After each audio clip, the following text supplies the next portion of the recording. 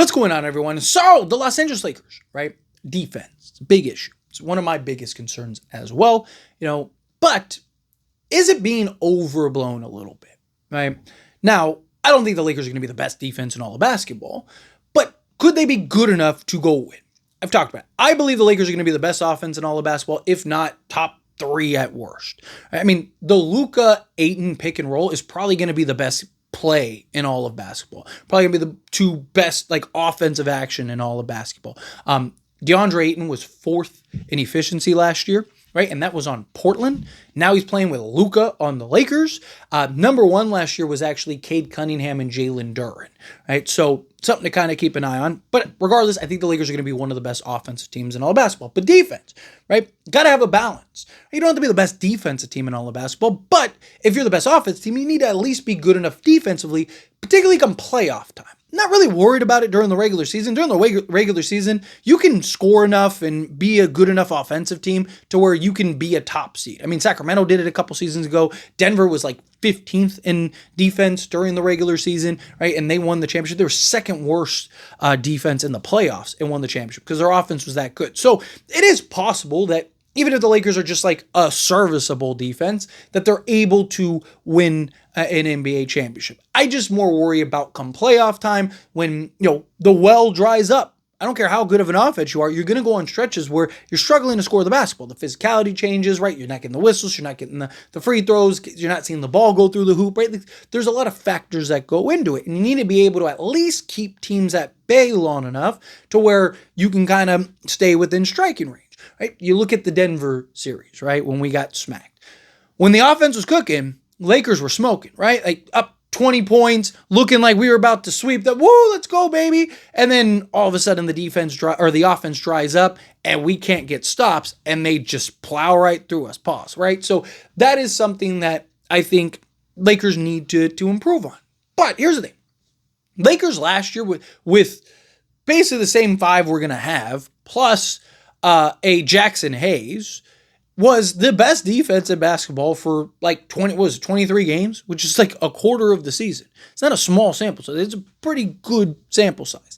Now, again, I'm not expecting the Lakers to be the best defense in all of basketball, but could they be good? Can they be, middle of the pack? 13th through 15th, somewhere in that range with the top offense. Now I think you're talking about a contender. It's like you saw with Denver. Denver was so much better than everybody offensively, such a well-oiled machine offensively that teams couldn't keep up, and they were just good enough to at least stay in striking range. And then when you dried up, boom, that was it, game over. Right? Once the offense started kicking back in. So to me, I look at it as okay, Lakers were, a top defense in the league last year, but added DeAndre, who, don't get me wrong, he's had some abysmal defensive seasons, but he's also had some very good ones. Right? And he's had some very good defensive stretches, whatnot. And he himself said he wants to buy in on the defensive side. He wants to be a better shot blocker and a better rim protector this season. That's one of the things he wants to take pride in. Beautiful. Love to hear it. Right? Because if he can do that, he's better defensively than Jackson Hayes is. He is. Right? So if he just buys in and really does, especially with Luka making things so much easier for him offensively, because you got to think his best defensive years were with Phoenix. And it helped that you have Chris Paul that can make things easier for you offensively. Also, it's kind of hard when you're in a bad team like Portland and you're tanking every year and you're losing by 20 every night to be the best defensive player on the court and be this defensive anchor at center. It's at some point, it's okay, no one else playing defense, why am I? But now if everyone else is playing defense and he's kind of anchoring the paint, I'm not expecting him to be Anthony Davis level, but he's better defensively than Jackson Hayes is. So that's a huge step in the right direction. Jake LaRavia, last year was a B-plus rated defender. On top of him being a B-plus rated defender, one of the big things that he talked about this offseason that he said he's improved most on is his defense.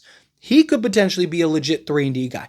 Adu Thero, right? Obviously, he's a rookie and unproven, but he was looked at as one of the more ready defensive guys in the entire draft. Right? And he's hyper athletic with a 7'2" wingspan, 6'8" size, and can jump out the gym. That is another defensive piece. You add in Jared Vanderbilt, who's going to have a full season of health. And can he kind of get back? I talked about last season. He missed a step, right? He wasn't quite Jared Vanderbilt, At times he looked close, but for the most part, I talked about it all season when he was playing. Like, he just doesn't look right.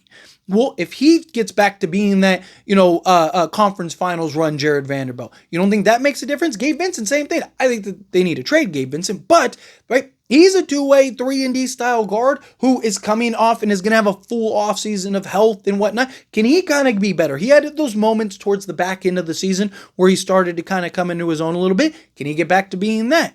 And then Marcus Smart. Right? Lakers got an all-defensive guy, defensive player of the year, that is now going to be able to come off the bench and be that. Right? Like, Lakers improved defensively. Lakers are good and have pieces defensively. Do I prefer a legit two-way wing in the starting unit? Absolutely. But there may be, like, if the defense isn't holding up its own in the starting unit, there may end up being something where JJ Redick does make an adjustment. Maybe he does move Marcus Smart and Jared Vanderbilt in the starting unit, or Marcus Smart and a Jake LaRavia or something like that. Right? It's very possible that there will be these adjustments. I think it'll be Luka, Austin Reeves, Rui, LeBron, and DeAndre Ayton. But also, just because they start the first 5 minutes doesn't mean that that's what finishes the game. That doesn't mean that that's what they end up doing, especially come playoff time. They're going to be able to kind of use the season to evaluate and see kind of the defensive landscape and, okay, who's playing both sides of the basketball here, who's working, like, what's the best balance unit. I think JJ is going to have units out there where he's running, Luka, Marcus Smart, Jared Vanderbilt, LeBron James, and DeAndre Ayton. I think you're going to get games and stretches and stuff where that's the unit out there. Or, replace Jared Vanderbilt with Jake LaRavia, or replace Jake LaRavia with Adu Thero, right? Or replace Marcus Smart with Jared Vanderbilt and go, with Vando. Like, he's going to probably mix and match these things. So, again, it's hard to know for certain without actually seeing the production on the court. So I understand people wanting to be skeptical, like, oh, Lakers are going to be terrible defensively. I don't think they're going to be as bad as people think. I don't think that they're going to be a top defense overall. Like, I don't think you're going to look at it, their best offense, best defense, and they're the best team in all of basketball. Like, I don't think that, but people are kind of making it out like Lakers are going to be bottom feeding defensively. And they weren't that last year, right? Like, so I don't think that they're going to be that this year. And then on top of that, they added defensive pieces. So I think that the Lakers are going to be at least good or serviceable defensively, which, again, depending on how good their offense is, could move them in contention status. It's really going to be, if their offense is like top 7 and they're 20th in defense, then no, they're probably going to be middle of the pack. But if they're like number 1 offense or like number 3 offense and number like 15 defense, then yeah, they're probably going to be one of the 5 best teams in all of basketball, like you saw with Denver a couple of years ago, or like Denver every year, right? They're more towards the bottom defensively, but they're just so good offensively that they're able to beat guys. So anyway, as always, this is a discussion, pass question on you. Let me know your thoughts and opinions down in the comments. That being said, if you haven't liked this video, hit that like button. Helps me a lot. If you enjoy these types of videos, and I truly appreciate it. Not subscribe channel, hit that subscribe button, turn on the bell notifications. Appreciate y'all. See you in the next one. Thank you.